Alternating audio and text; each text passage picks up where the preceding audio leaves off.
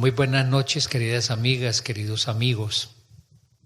Recientemente, algún documento emanado de la Santa Sede, haciendo eco a un padre de la Iglesia de los primeros siglos, decía: decir sínodo es decir algo sinónimo a iglesia. Iglesia es sínodo. Iglesia es comunidad que camina junta. Iglesia somos los bautizados que caminamos juntos. El Papa Francisco ha convocado para que se realice en el año 2023 el Sínodo de Obispos, cuyo tema precisamente es la sinodalidad, invitando a la comunión, a la participación y a la misión. Sinodalidad significa caminar juntos. No se haría de manera adecuada una reflexión sobre lo que es la Iglesia y sobre la misión de la Iglesia hoy sin la participación de todas las personas que somos miembros de la Iglesia. Por eso el Papa Francisco ha propuesto como preparación para este sínodo de obispos una metodología sinodal que comienza en este mes de octubre que está por llegar. Y para ello convoca a todos los bautizados del mundo entero para que desde las parroquias, los movimientos apostólicos, instituciones educativas o todos los ámbitos en los cuales los católicos nos reunamos para que participemos en un proceso de consulta donde se escuche la voz de todos. Caminamos juntos en esta primera experiencia de escuchar y de escuchar voces, las nuestras como personas cercanas a la vida de la Iglesia, y ojalá también voces de otras personas que se han alejado de la Iglesia y que incluso no comparten las mismas convicciones religiosas que nosotros, o que no comparten ninguna convicción religiosa. Para ello hemos propuesto unos encuentros como el de hoy, apoyados en unos videos que están ayudándonos a profundizar en lo que significa la realidad de la sinodalidad. Videos que dan ocasión de formación, de información y de diálogo, y destinados en este momento, en primer lugar, a ustedes, animadores de la pastoral, de la evangelización desde la parroquia, porque es muy importante que todos estemos en sintonía, que todos no solamente entendamos de qué se trata, sino sintonicemos en una misma intención, en un mismo latir, porque la misión de evangelización de la Iglesia se realice, porque el Señor Jesús sea conocido, amado, seguido. Desde Él establezcamos unas relaciones renovadas y también, siguiendo su palabra, podamos ser en el mundo, en la sociedad, sal y luz. Es muy importante que ustedes, servidores de la pastoral y otras personas que puedan vincularse desde ya, sintonicen y que entre todos creemos este común sentir. Pero es muy importante también la participación de ustedes para enterarse de qué se trata, para crear una conciencia del trabajo enorme y bello que viene hacia adelante. Es muy importante por el papel que queremos confiarles a ustedes, que ustedes ya de hecho lo tienen, por la organización que tiene nuestra diócesis. Serán ustedes en sus parroquias animadores de este proceso de escucha. De las personas que participan en el círculo de nuestras parroquias, círculo más cercano, pero ojalá, como decía hace un instante, poder llegar a otras personas para escuchar su voz, porque todas las voces que se puedan pronunciar son importantes. Entramos en una etapa de escucha, de diálogo, desde las distintas instancias eclesiales, y una de ellas importante, la parroquia. Otra, los movimientos apostólicos y otras instancias que tengamos. Quiero animarles para que participen con interés y sé del interés que ustedes siempre tienen y han mostrado en estos encuentros de formación, de información, de concientización, como decía, de sintonizar juntos. Eso permitirá que sepamos de qué se trata, cuál es la propuesta que el Papa nos hace, a la cual nos invita a participar. Y que con esto tengamos todos instrumentos para poder apoyar en nuestras parroquias, en los movimientos apostólicos y en otras instancias donde se pueda realizar este proceso, esta etapa de escucha. Caminar juntos, eso significa sinodalidad. Sínodo es sinónimo de iglesia, porque iglesia es una comunidad de personas convocadas por el Señor, bendecidas con el gran don de la fe, de la esperanza y del amor, transformadas por la Pascua de Jesús, a quienes se nos ha confiado la gran misión de anunciar el Evangelio del Reino, de hacer presente en el mundo la misericordia del Señor, de ser testigos de su Evangelio y de su Pascua. Convocados todos para que caminemos juntos en esta etapa de preparación de lo que será más adelante la Asamblea Sinodal. Hay un párrafo que tiene uno de los documentos preparatorios del Sínodo.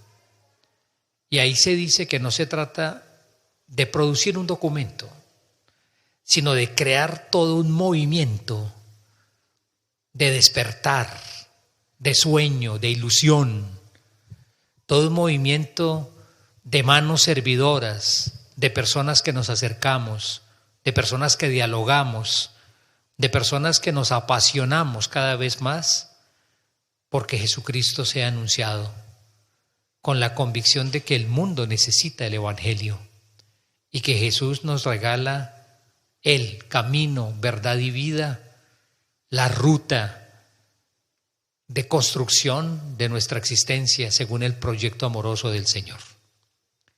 Les agradezco por su atención. Les invito a participar en estos encuentros formativos. Les invito a asumir con toda alegría, con toda conciencia y con todo entusiasmo un papel de animación importante, como siempre lo han jugado ustedes, en esta etapa de consulta, de escucha, a la cual nos convoca el Papa Francisco. Les deseo a todos un buen rato de trabajo, un buen ejercicio de reflexión, de discernimiento.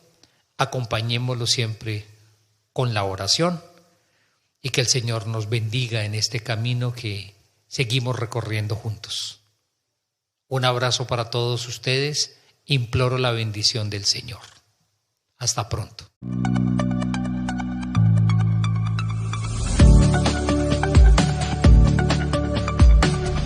El Sínodo de la Sinodalidad con Rafael Luciani, teólogo venezolano y miembro de la Comisión Teológica del Sínodo de los Obispos. La primera de 3 exposiciones que se realizarán como preparación al Sínodo que inicia en octubre de 2021. Muy buenas noches, un abrazo a todas y a todos los que se han conectado. Gracias a la invitación de Monseñor Ali, al Padre Ramiro, que me alegra poder compartir pues con todos ustedes este tema que como iglesia en este momento nos une y nos pone en una dinámica que no es nueva, y en América Latina tenemos la experiencia que está en marcha y que en noviembre celebraremos la Asamblea Eclesial, de manera que hay un ambiente que es propicio para este tipo de estructuras, eventos, de acontecimientos que son sinodales en nuestra iglesia a la luz de este pontificado del Papa Francisco.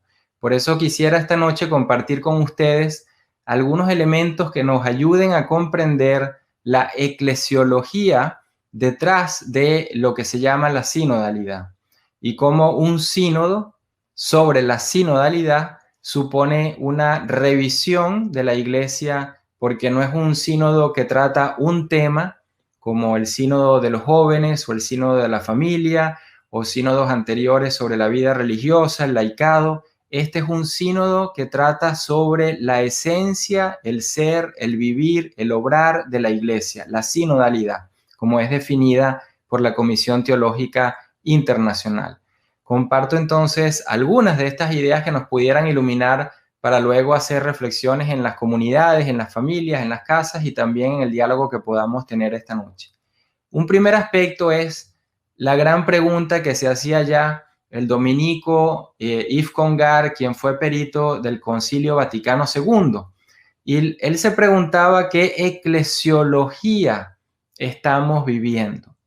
Porque podemos haber estudiado, podemos haber recibido mucha formación en eclesiología, pero a nivel ambiental, a nivel de las relaciones, a nivel de las maneras como nos comunicamos, ¿cuál es la eclesiología real, vivida, que se manifiesta en la cotidianidad de nuestras vidas y en la iglesia?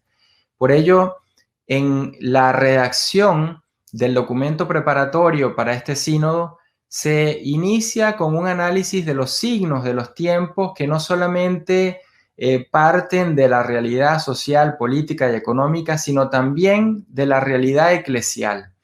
Y es aquí donde conectamos una primera idea con el Papa Francisco cuando él ha dicho de manera insistente desde su primer año de pontificado que hay que detenerse, hay que revisar ese fenómeno que se llama el clericalismo y que en los debates del concilio, como veremos, ha sido una de las grandes expresiones que los padres conciliares llamaron a transformar, a reformar.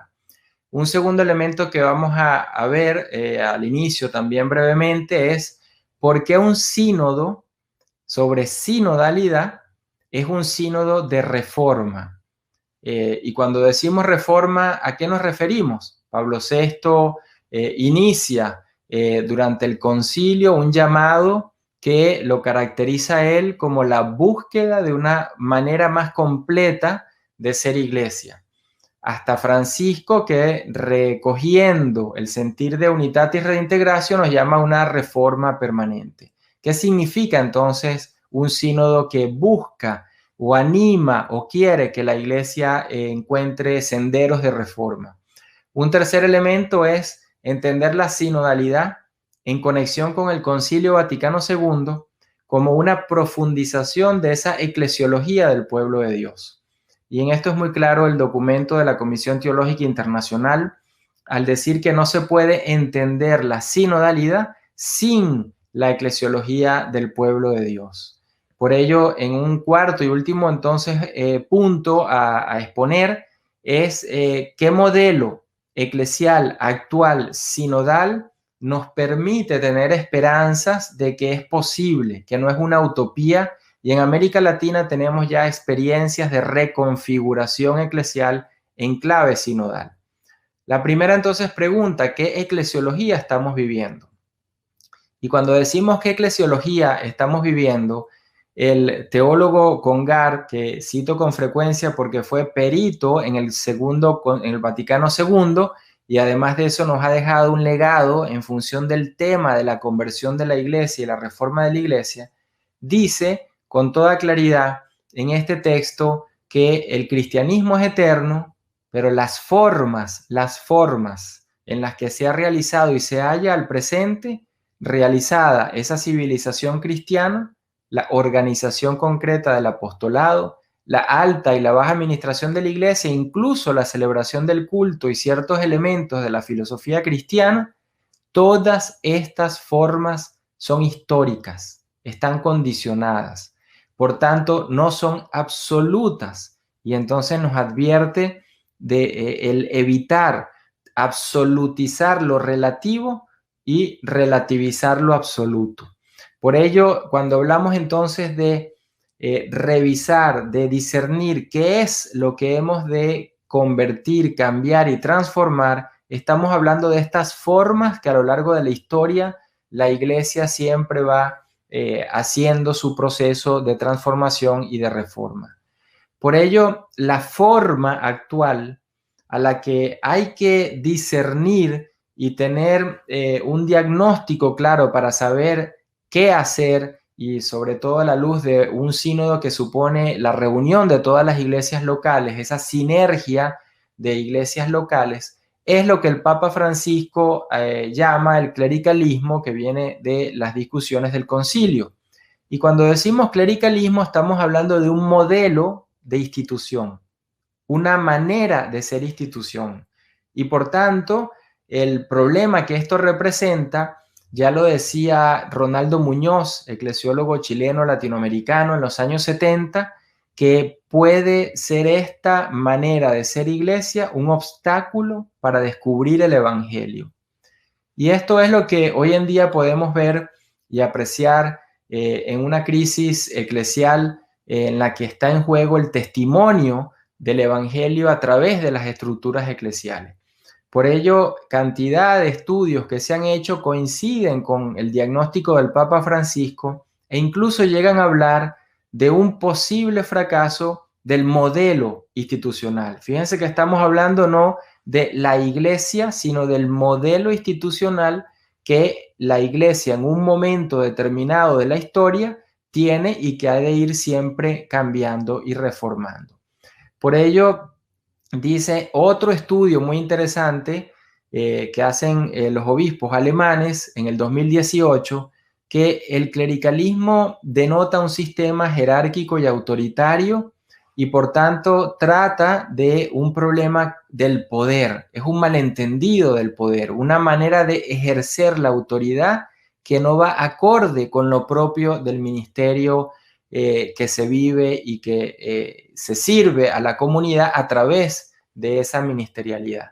Por ello, este otro tema que dice Francisco es bien interesante. El clericalismo también se da a través del modo como entendemos que somos llamados por Dios, que somos elegidos por Dios, que estamos siendo una respuesta a través de nuestra vocación a ese llamado de Dios. Si eso se entiende desde una noción de servicio o si eso se entiende desde una especie de elección individual que me otorga un poder sobre el resto y me separa del pueblo de Dios. Por ello, en el fondo, lo que cualquier evento de la iglesia que busque revisarse en un momento histórico tiene que tomar en cuenta estas tres dimensiones que pueden ver ahí: actitudes, conductas e instituciones. ¿Cuáles son las actitudes que en este momento son obstáculo para ser testimonio vivo de ese Jesús de Nazaret? ¿Cuáles son las conductas eclesiales que generan una relación asimétrica y muchas veces que fractura la vida de las otras personas? ¿Y cuáles son los modelos institucionales que tenemos hoy en día en funcionamiento, pero que no los hemos revisado, no los hemos actualizado, no los hemos ni siquiera, no hemos preguntado si todavía siguen siendo válidos y necesarios en estos tiempos, no hace 10 años, no hace 30 años? En el fondo, la pregunta que hace Congar es: ¿cuál es la eclesiología entonces que estamos viviendo, aunque hayamos estudiado otra, aunque estemos hablando de otra, pero en el fondo la vida en las relaciones y en las maneras como nos comunicamos transmite ya un modelo de iglesia? Y dice él, hay que hacer un esfuerzo muy grande que debería llevarnos hasta el nivel de ciertos hábitos mentales, de ciertas representaciones que a su vez dependen a un nivel más profundo de la eclesiología que profesamos, al menos prácticamente. Aquí el problema es entonces, en este primer punto, que un sínodo sobre la sinodalidad nos coloca como iglesia en un proceso de revisión de las relaciones y las dinámicas comunicativas que nos inspiran como sujetos en la iglesia y en la sociedad. Y es ahí donde entonces nace el segundo aspecto del por qué convocar a un sínodo que reflexione sobre la esencia y la misión de la iglesia.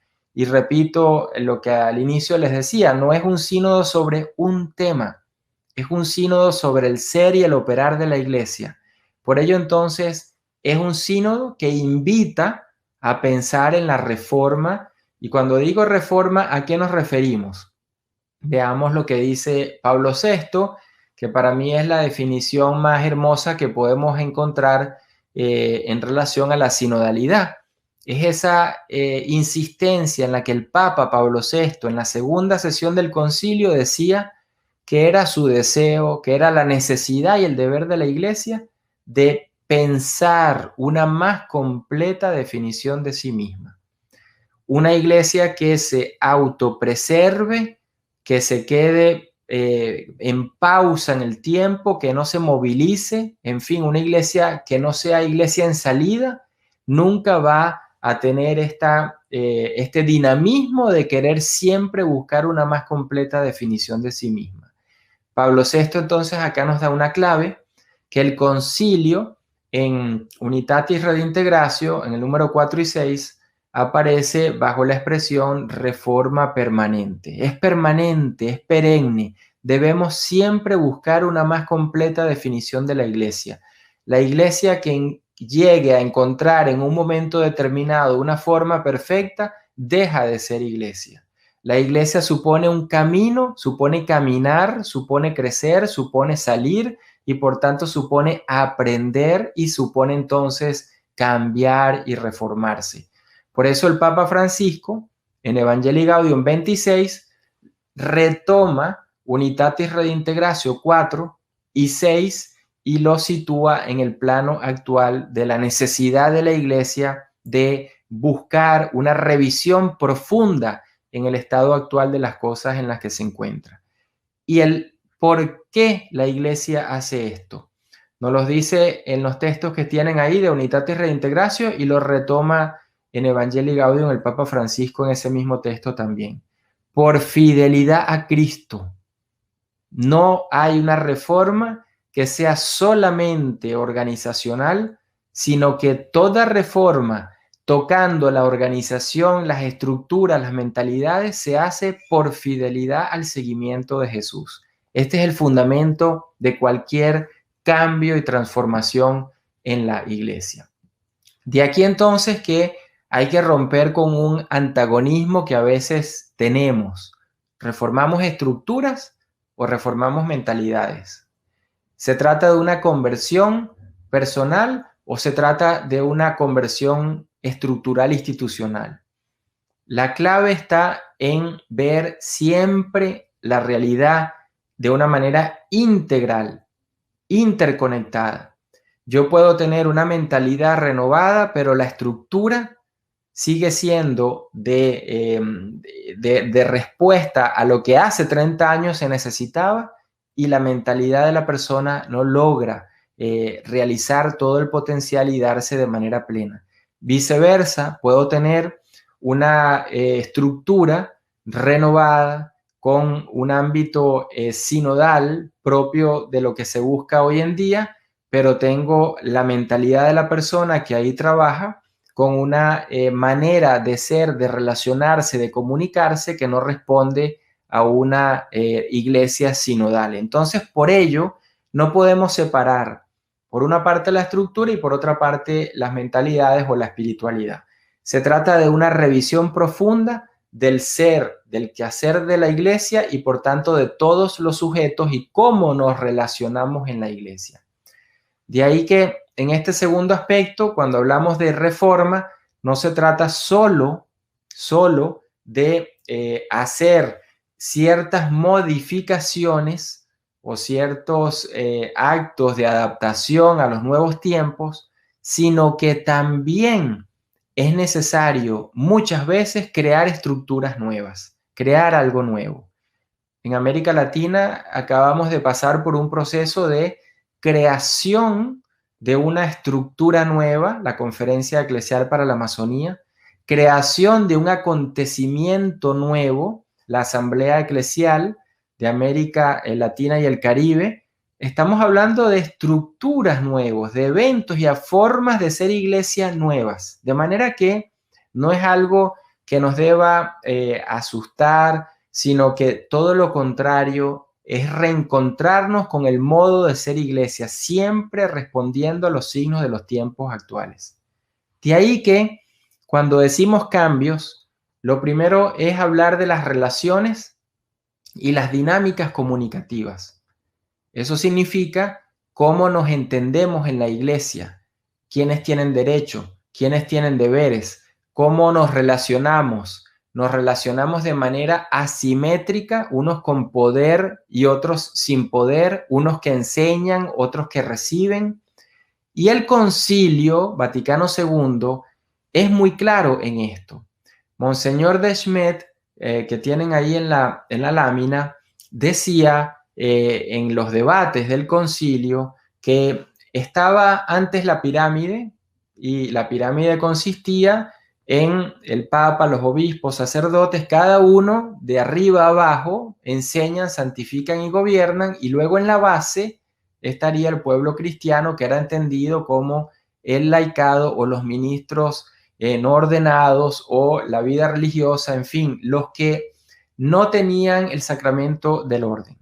Dice Desmet, sin embargo, cuando decimos pueblo de Dios, todos estamos unidos, tenemos las mismas leyes, tenemos los mismos deberes. ¿Por qué? Viene la expresión que el concilio aporta con gran fuerza y que nos iguala en la iglesia en derechos y deberes. Todos y todas somos fieles, Christi fideles, somos fieles. Por ello entonces, el gran giro en el modo como nos relacionemos y como nos comuniquemos dependerá si nos consideramos iguales en el bautismo, en el sacerdocio común de los fieles y por tanto con los mismos derechos y deberes, aún en la diversidad de expresarlos, de realizarlos en muchas y múltiples maneras de vivir la vocación cristiana. Esto supone entonces superar la asimetría piramidal en las maneras como nos relacionamos y pasar a una lógica de las comunidades, de las corresponsabilidades como formas de interactuar. Lo comunitario y lo que da sentido a la razón de ser y de vivir como cristianos nace de esa prioridad bautismal que hemos de tener en cuenta, desde donde surge la vida comunitaria como fieles, Christi fideles, en la iglesia. Y de ahí entonces viene la consecuencia. Hemos de vivir los unos y los otros en respectividad, en complementariedad, en completitud, completándonos y por tanto en corresponsabilidad. De ahí que decía Pablo VI, el Papa en la audiencia del 5 de enero del año 66, que la característica comunitaria constantemente afirmada en los documentos del concilio merecería un estudio. Este estudio confirmaría el aspecto en verdad eclesial, es decir, comunitario, que debe caracterizar la sociedad de quienes creen en Cristo. Fíjense lo que implica que el hecho eclesial, la vida eclesial, sea definida por lo comunitario.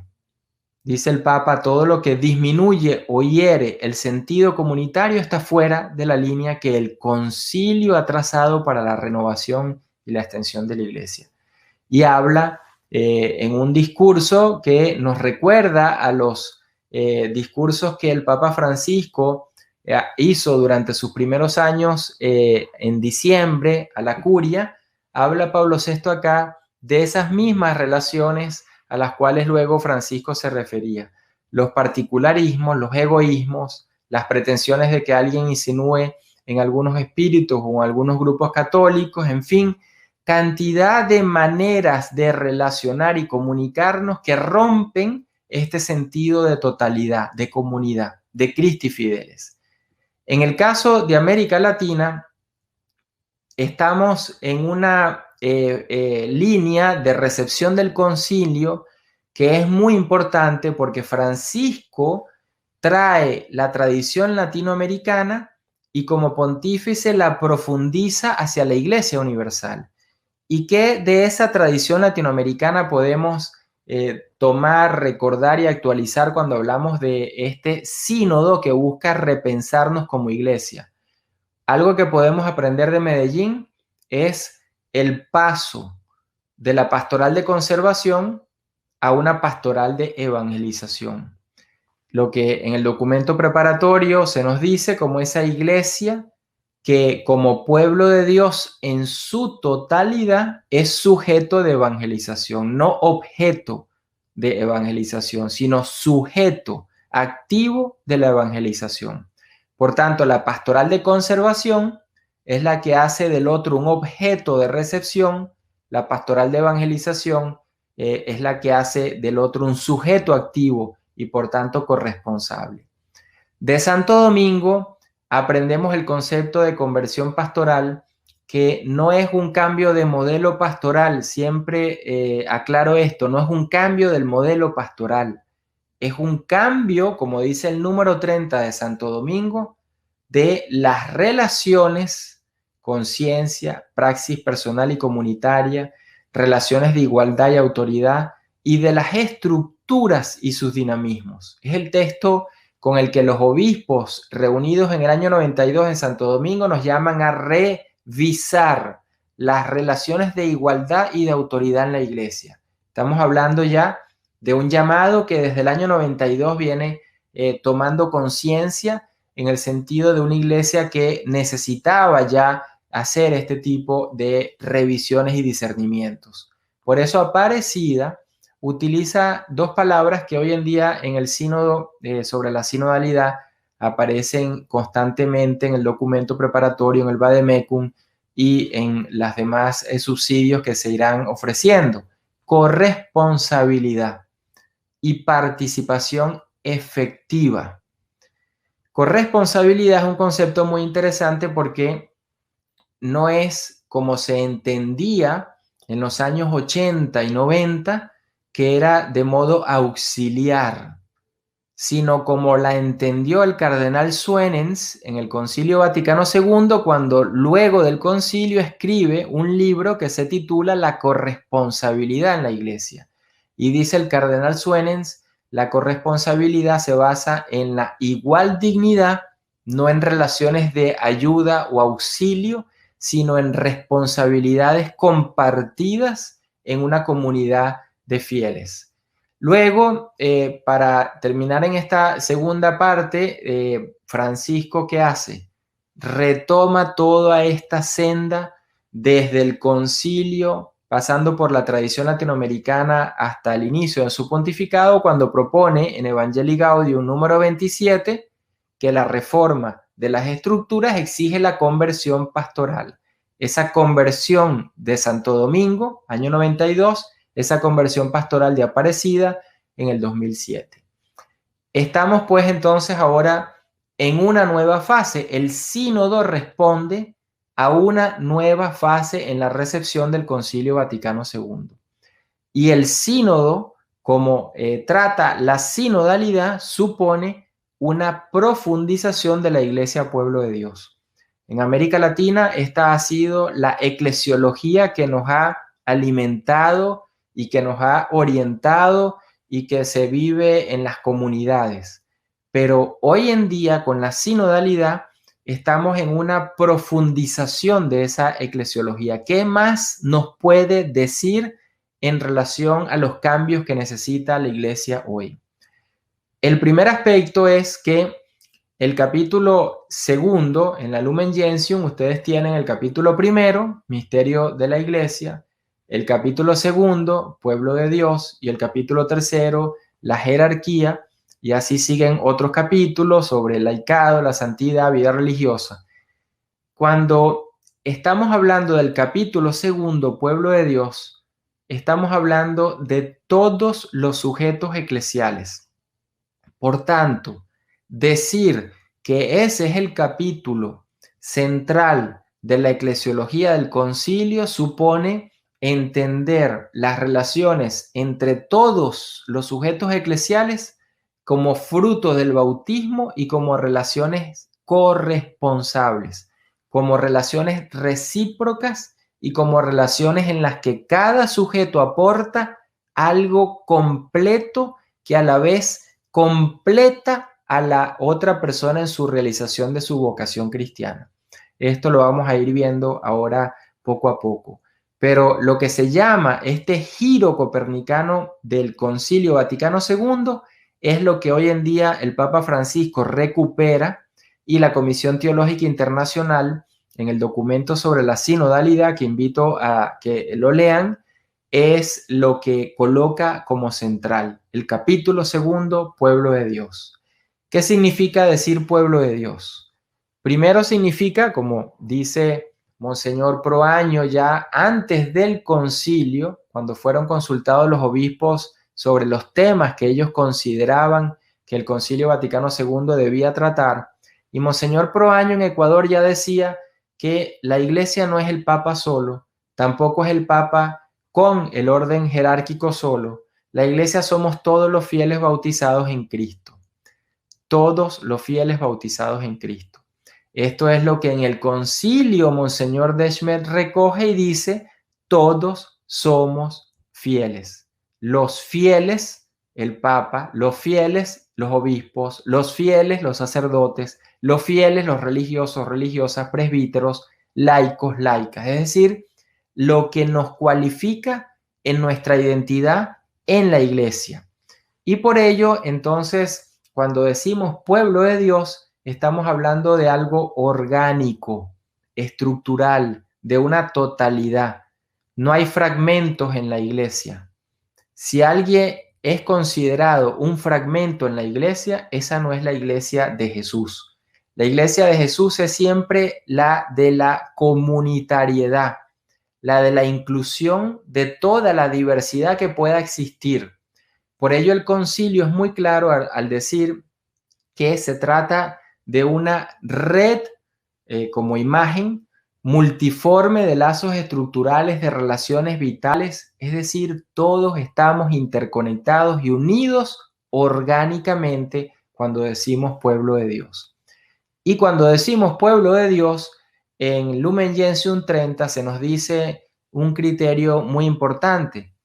Todo lo que se ha dicho sobre el pueblo de Dios se dirige por igual a laicos, religiosos y clérigos. Si yo estoy entendiendo que el laico, la laica es el fiel, esa no es la eclesiología del pueblo de Dios. Si entiendo que todos y somos fieles, el Papa, obispos, episcopado, presbiterado, vida religiosa, laicado, entonces cada uno, en cuanto fiel, Christi Fideles, da de sí lo que el otro necesita para completar su vocación y viceversa. Y se crea lo que Lumen Gentium, ahí pueden leer en el texto de Lumen Gentium número 32, nos dice con gran sabiduría. Todos los fieles estamos vinculados entre sí, y esta expresión muy hermosa, por recíproca necesidad. No es por una suerte de relación de ayuda que doy optativamente auxiliando al otro, recíproca necesidad. La reciprocidad en las relaciones supone una necesidad en cada uno para poder completarse respecto del otro. Conceptos claves que marcan por eso una lógica de totalidad del pueblo, de comunitariedad de la vida, de vida eclesial como vida de todos los fieles. En fin, una noción que supone, como en Lumen Gentium 12, ese texto clave del Sensus Fidei nos dice, leo, la totalidad de los fieles que tienen la unción del santo no puede equivocarse cuando cree, pero es la totalidad de los fieles. No es que hay unos que no se equivocan y otros que sí se equivocan. En la Iglesia es la totalidad la que permite y activa la diversidad de ministerios, servicios, carismas que puedan existir para que la misión de ella pueda cumplirse en el mundo de hoy. De manera que este concepto tan novedoso que hoy se rescata de los fieles en su totalidad, en su conjunto, es muy importante tenerlo en cuenta cuando hablamos de sinodalidad. Por ello, entonces, la sinodalidad la podemos llamar un nuevo modo eclesial, un nuevo modo eclesial de ser y de operar. Y por eso Francisco habla de la iglesia del tercer milenio. Porque cuando decimos tercer milenio estamos hablando de un modelo institucional que no es el del segundo milenio, que se caracterizó por la Reforma Gregoriana y el Concilio de Trento, que lograron uniformizar homogeneizar la vida eclesial. Especialmente Trento, cuando constituye formalmente los seminarios y las parroquias, permitió que la vida cristiana se homogeneizara en cualquier parte del mundo, que la transmisión de fe se igualara en cualquier parte del mundo. Y este segundo milenio hoy en día entonces necesita, en el contexto actual que vivimos, una revisión profunda en el modelo que nos ha dejado. Por eso Francisco utiliza esa expresión que a veces la saltamos rápido cuando la leemos, que estamos hablando de lo que Dios quiere de la iglesia del tercer milenio. Una iglesia por construir, una iglesia por hacer, una iglesia en transición hacia un modelo institucional nuevo. Y por eso a veces la dificultad de entender que todavía no hemos logrado ese modelo sinodal, porque precisamente estamos en transición y las transiciones pueden llevar incluso una generación completa o más. Muchas de las cosas que el Concilio de Trento logró tardaron casi 80, 60 años para poder implementarse. Las reformas no son inmediatas. Una primera característica de un nuevo modelo sinodal es involucrar a todos y a todas. Involucrar implica, como dice el texto que tienen ahí de la Comisión Teológica, implica que toda la comunidad en su libre y rica diversidad es la que es incorporada. Si yo estoy en una parroquia y en el consejo parroquial solo están aquellos a quienes yo invito, los que se llevan bien conmigo, los que piensan más o menos igual a nivel de pastoral, ¿dónde queda esa diversidad de la comunidad y no los que están ahí representando a una visión de la comunidad? Por ello, cuando decimos sinodalidad, siempre esta dinámica de involucrar es muy importante. Involucrar implica también en la iglesia sinodal algo específico. ¿Para qué estoy con las otras personas en la iglesia desde la sinodalidad? Dice la Comisión Teológica: involucro a la comunidad para orar, escuchar, analizar, dialogar, aconsejar, pero con una finalidad que es para que se tomen decisiones pastorales. Es la comunidad entonces convocada en la diversidad que a través de esas dinámicas comunicativas, la oración, la escucha, el análisis, el diálogo y el dar y tomar consejos, puede entonces construir decisiones juntos, decisiones pastorales, decisiones precisamente que son en función de la misión de la iglesia. Y repito, esa misión de la que todos y todas somos corresponsables. Por eso dice el documento de la Comisión Teológica que una iglesia sinodal es, primero, participativa y segundo, corresponsable. Nuevamente, si no convoco a la totalidad en esa diversidad de la comunidad y las dinámicas comunicativas que se generan, las experiencias, las interacciones, no ayudan y no están orientadas para tomar decisiones pastorales de la vida de esa comunidad, no estamos en una dinámica sinodal, es decir, en una clave sinodal de iglesia. Por ello, la primera gran dificultad es cuando decimos una iglesia sinodal es una iglesia de la escucha.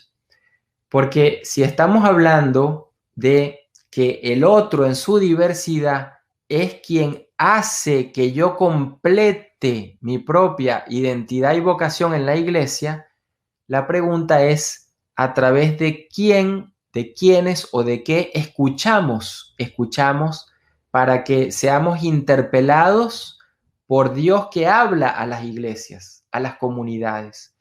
El canonista Borrás da algunos ejemplos y dice, a través de las distintas mediaciones, como pueden ser el Evangelio, leemos, compartimos el Evangelio, escuchamos a través del Evangelio, el silencio de la oración, la relectura de nuestras vidas creyentes, de los acontecimientos, pero en una iglesia sinodal si hay diversidad, la confrontación de los puntos de vista es un ámbito de escucha y discernimiento necesario, no auxiliar, no optativo.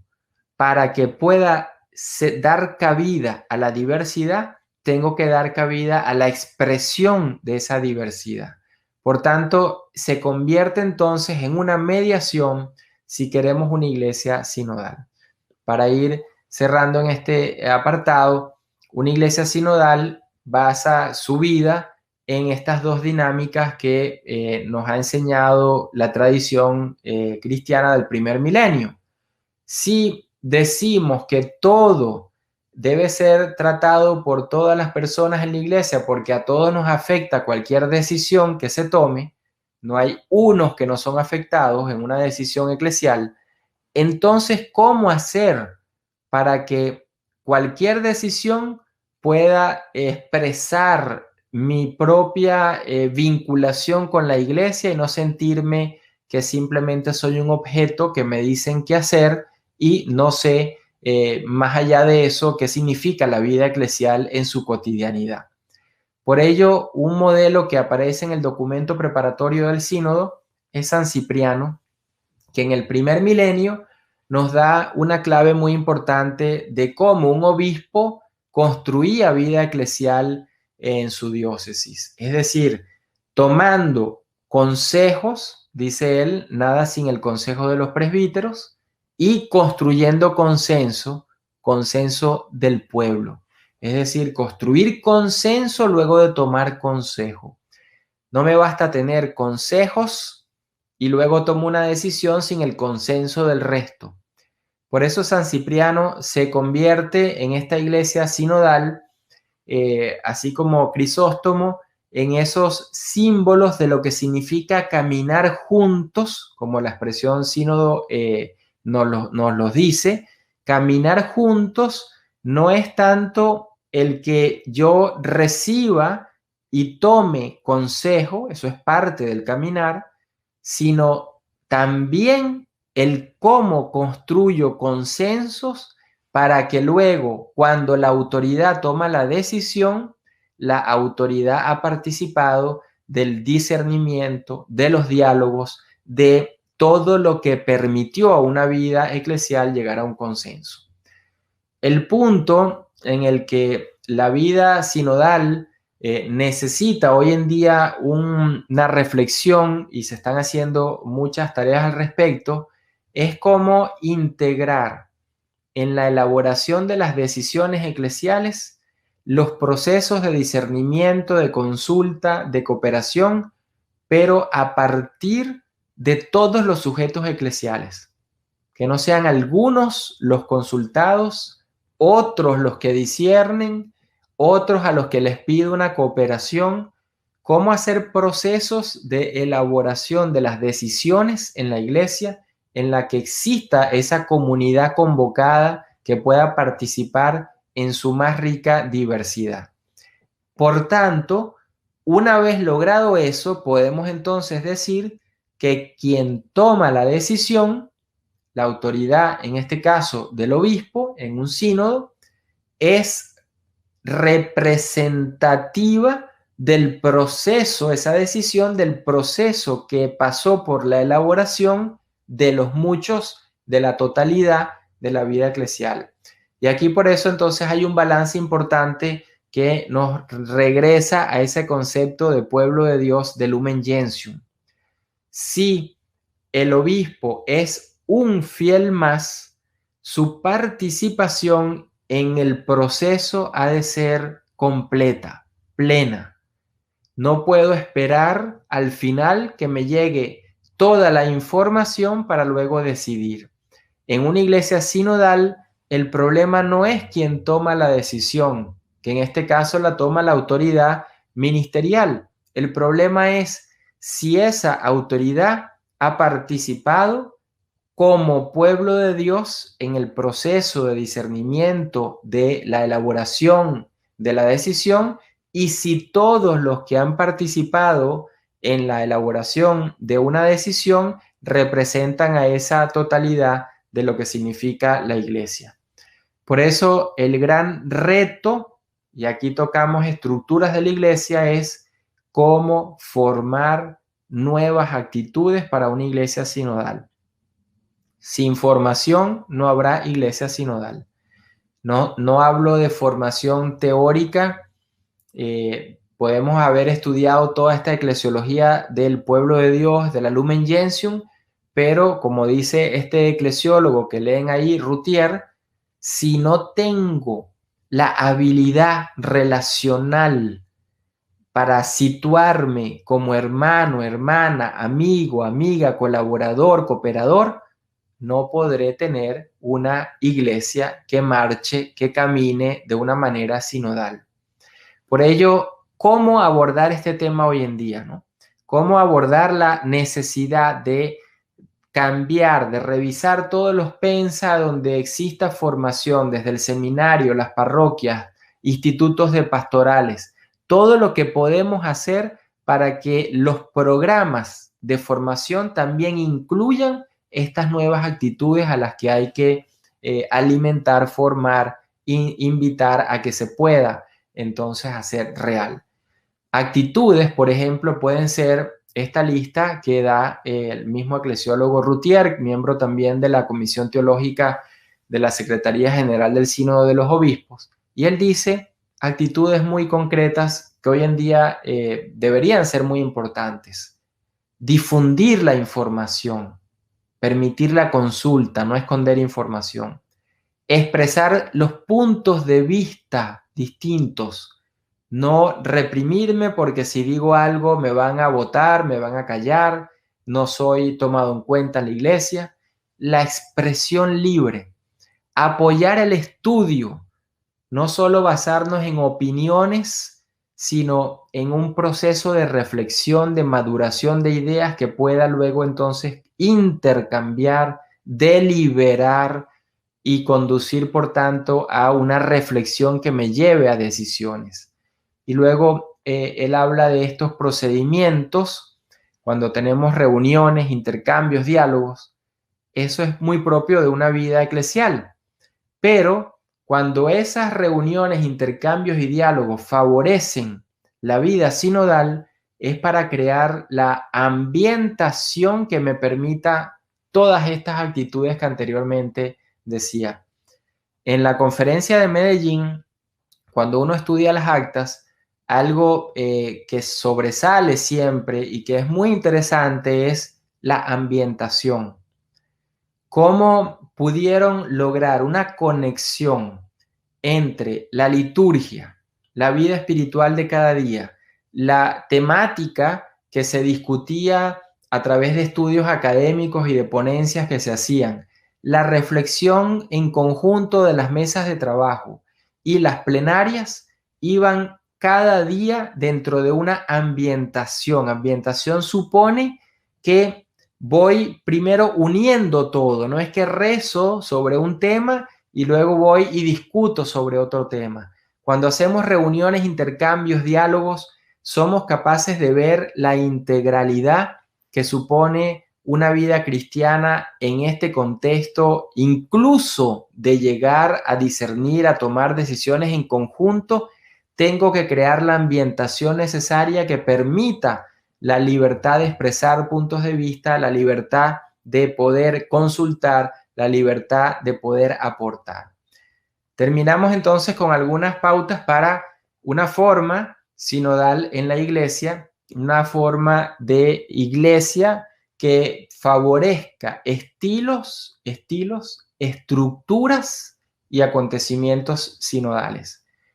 Un sínodo sobre la sinodalidad, he insistido que es un sínodo sobre lo que es el ser y el proceder de la iglesia. No es un tema más. Por eso podemos hablar de sinodalizar a la iglesia en todos sus niveles, a todos los sujetos eclesiales en sus maneras de relacionarse, en las dinámicas comunicativas, en las estructuras. Estilo supone entonces, cuando estamos hablando de ese modo ordinario de vivir y de obrar de la iglesia, cuando en una comunidad se escucha la palabra, se celebra la Eucaristía, se comparte la fraternidad, se vive la corresponsabilidad y la participación, hay un estilo, hay un ambiente.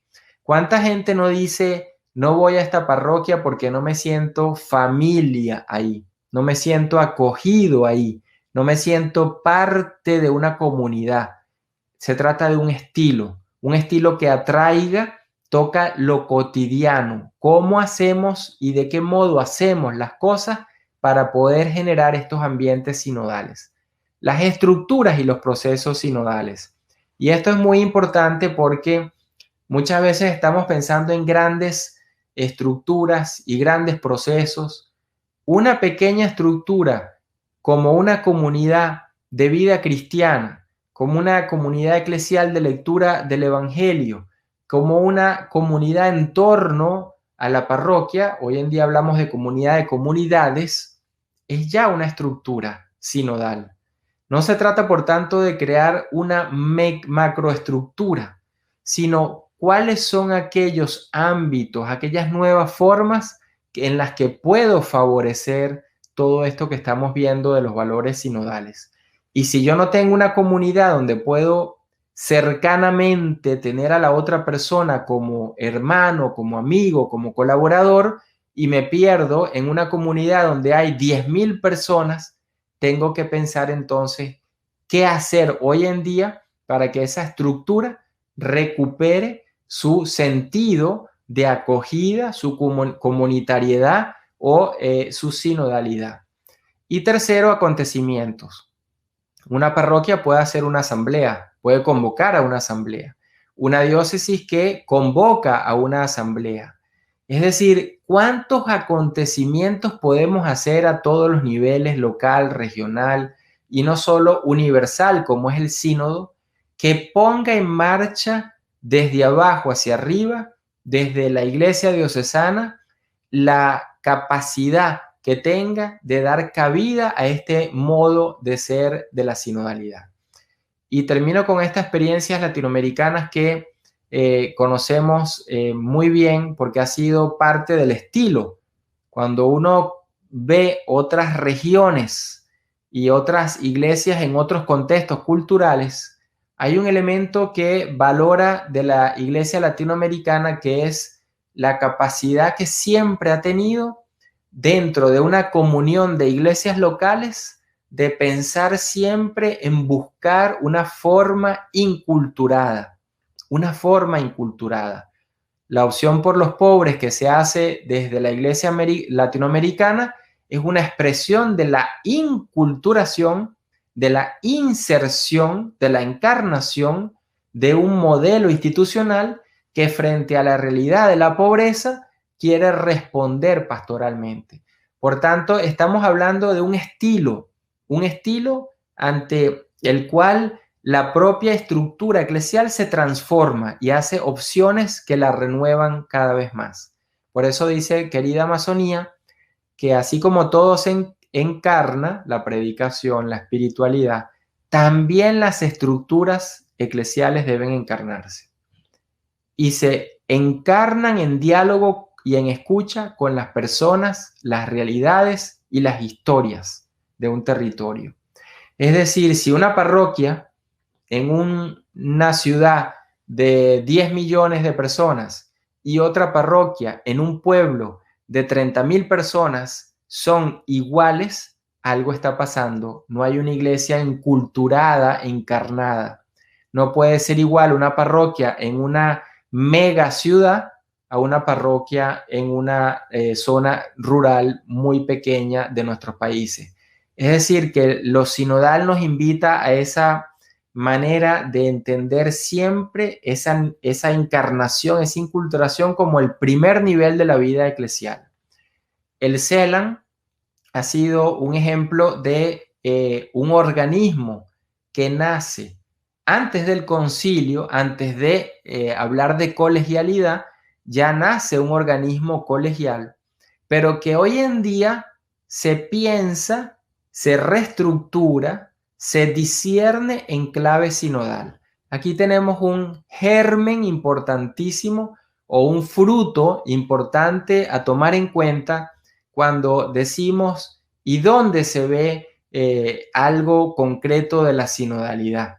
Porque no es lo mismo tener un órgano que sea solo colegial a un órgano colegial que en su funcionamiento comience a operar sinodalmente.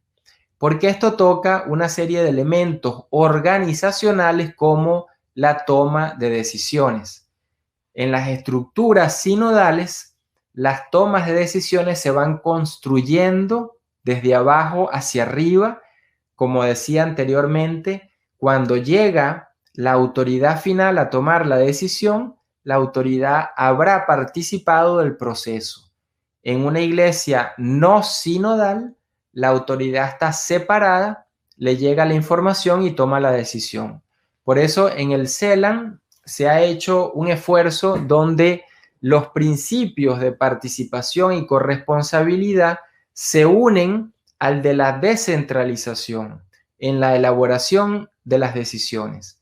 Esto es algo que el Papa ya lo había dicho en Evangelii Gaudium cuando habla de la necesidad o del reto todavía aún de la tarea pendiente de la Iglesia por estos procesos de descentralización.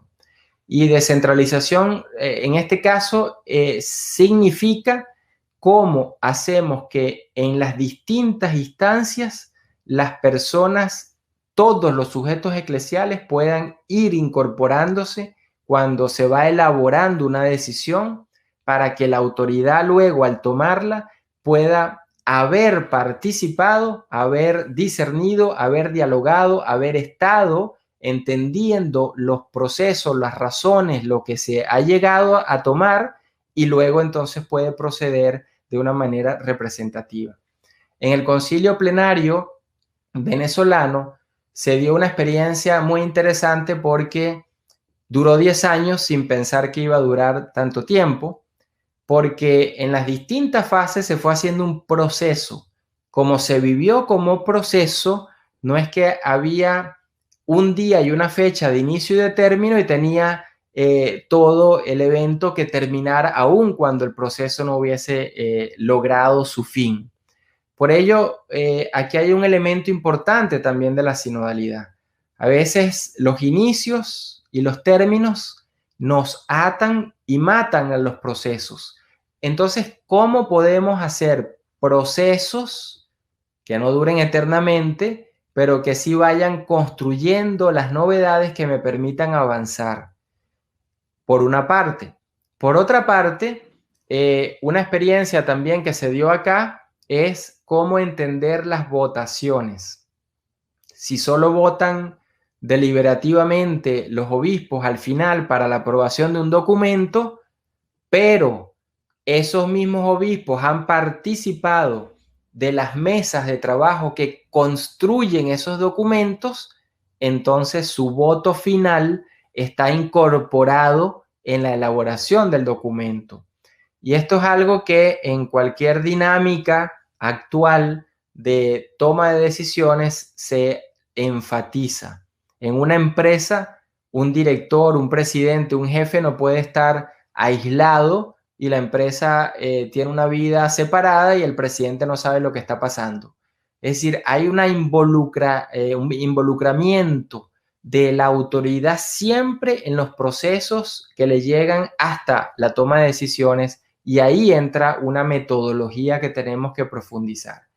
Por otra parte, como última experiencia es la Conferencia Eclesial para la Amazonía, que es una estructura que, como todos conocemos, se trata de una forma que propone una conferencia no episcopal, sino eclesial, y al cambiar ese nombre ya supone una estructura y un funcionamiento distinto, porque en ella participan no solo individuos, personas, sino también instituciones, y no solo laicos o religiosos, sino también obispos, presbíteros, religiosas, laicas, es decir, la totalidad que busca ser representada en los momentos de elaborar, de discernir decisiones. Por ello, podemos hablar de lo que casi todos los libros hoy en día de sinodalidad hablan de esta experiencia del poder compartido. No es quién toma la decisión lo importante, repito, sino cómo se llega a esa decisión. Y por ello dice la Comisión Teológica Internacional, la realización y el gobierno de procesos de participación y de discernimiento capaces de manifestar el dinamismo de comunión que inspire a todas las decisiones eclesiales. No puedo tener procesos de realización y gobierno en la iglesia sin que expresen ese dinamismo de lo que es una iglesia sinodal. Termino con este pequeño texto de Aparecida 371 que suelo traer a colación siempre porque lo incorporamos en la reforma del CELAM, porque fue una petición de los obispos latinoamericanos en el 2007 en Aparecida y porque hoy en día regresa a la discusión sobre los retos pendientes en la iglesia y en este sínodo sobre sinodalidad. Dicen los obispos latinoamericanos en Aparecida, en el número 371, leo: los laicos deben participar del discernimiento, primero, la toma de decisiones, segundo, la planificación, tercero, y la ejecución, no solo de la ejecución.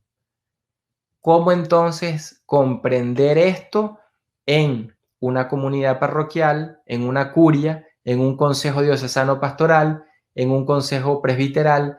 ¿Cómo incorporar una dinámica comunicativa, una relación entre los sujetos eclesiales que permita al laicado participar de toda la vida eclesial y no simplemente en la ejecución de los planes pastorales? Bueno, con esto he querido presentarles algunas ideas teniendo entonces en cuenta que es un sínodo sobre la iglesia que quiere pensarse en su ser y en su quehacer, en su proceder, en su organización y funcionamiento. Y esto porque la sinodalidad es ese modo de ser y de operar de la iglesia, de esa iglesia para el tercer milenio. Creo que pues ese es el reto que tenemos por delante y que invito a que nos animemos en esta época de gracia, en este kairos eclesial que supone asumir la profecía y la parresía como cristianos, como creyentes, de luchar por una iglesia que sepa responder a los signos de los tiempos actuales. Muchas gracias.